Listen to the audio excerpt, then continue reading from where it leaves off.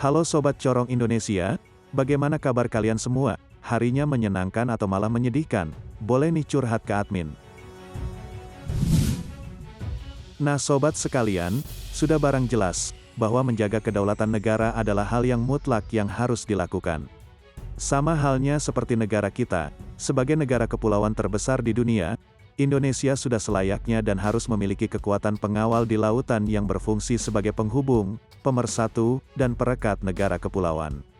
Menjaga kedaulatan Indonesia di lautan ialah harga mutlak, yang menjadi tugas TNI terutama TNI AL untuk menjaga kedaulatan Indonesia di lautan. Semboyan Jales Veva Jayamahe bisa diterjemahkan sebagai postur kekuatan TNI AL yang kuat, besar dan profesional. Satu dekade terakhir ini, perubahan besar terjadi di industri pertahanan kita di segala matra. Sebuah perjalanan yang memberikan nilai kebanggaan bagi bangsa besar ini. Sejalan dengan tumbuh kuatnya benteng pertahanan negeri tentara kita, embrionya mulai menampakkan tunas dan semakin membentuk patron itu. TNI AL sedang dan akan menuju tahapan strategis, menuju kekuatan 3 armada tempur. Sahabat sekalian, meskipun demikian, Garda Republik harus terus diperkuat bila tak ingin kebobolan lagi. Pembuatan light frigate perusak kawal rudal Marta Dinata kelas rupanya tak membuat puas jajaran petinggi TNI Angkatan Laut. Maka jangan heran bila kebutuhan akan kapal kombatan yang lebih besar amat mendesak untuk pertahanan perairan Indonesia. Hal ini juga pernah dibahas oleh seorang peneliti program keamanan maritim, Sekolah Studi Internasional S. Rajaratnam Kolinkoh, yang menyebutkan bahwa jika Indonesia tidak akan bisa mempertahankan Natuna Utara jika hanya dibekali dengan 2 fregat kelas berat saja. Berat jika lautan seluas itu hanya 2 fregat kelas berat saja yang menjaga perairan Natuna. Berat sob jika harus disandingkan dengan kapal penguasa lautan milik China.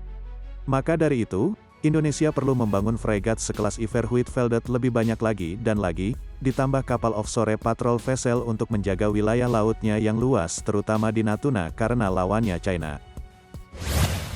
Sahabat sekalian, siapa yang tak tergiur dengan desain apik nan kokoh milik Iver Huitfeldt?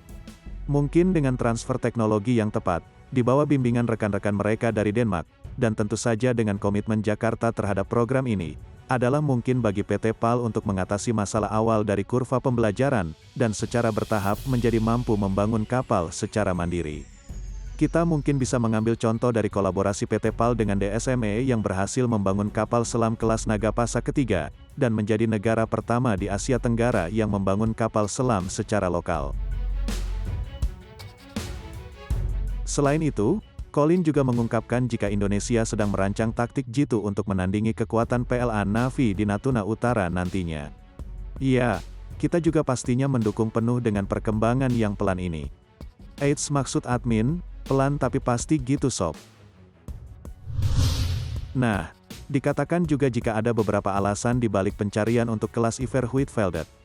Yang pertama adalah bahwa orang Indonesia sedang melihat nih, pembuatan kapal perang yang lebih besar di luar PKR yang didasarkan pada kelas Sigma, yang diklasifikasikan sebagai fregat ringan.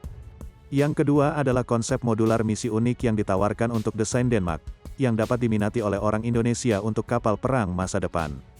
Tampaknya orang Indonesia tertarik pada kesamaan antara Angkatan Laut dan Bakamla, yang dapat dimungkinkan dengan konsep modular yang kuat.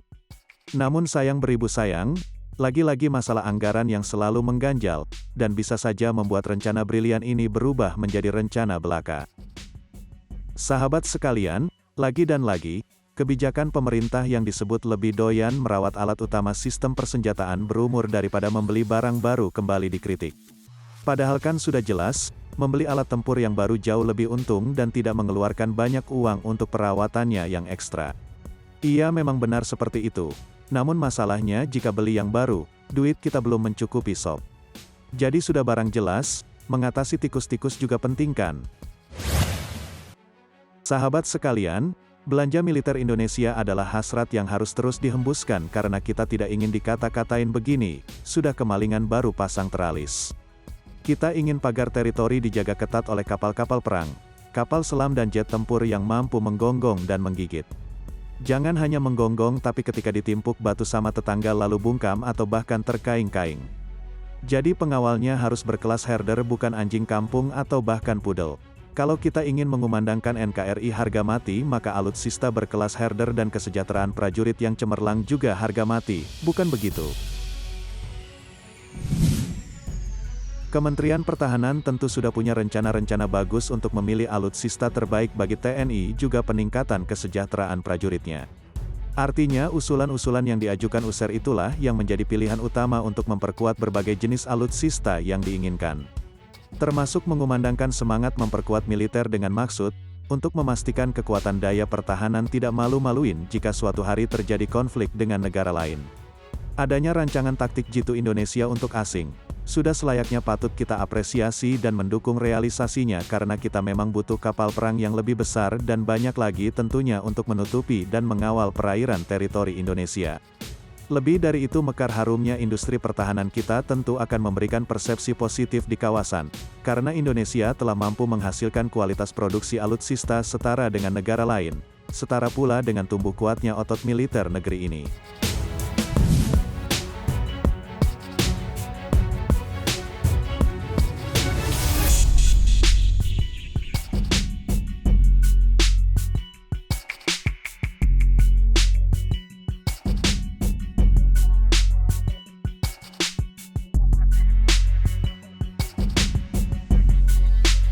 Lantas bagaimana nih menurut pandangan persepsi dari sahabat sekalian? Jangan lupa untuk coret-coret di kolom komentar ya, dan jangan lupa pula untuk like, subscribe dan share sebanyak-banyaknya. Oke, sekian dari admin, terima kasih.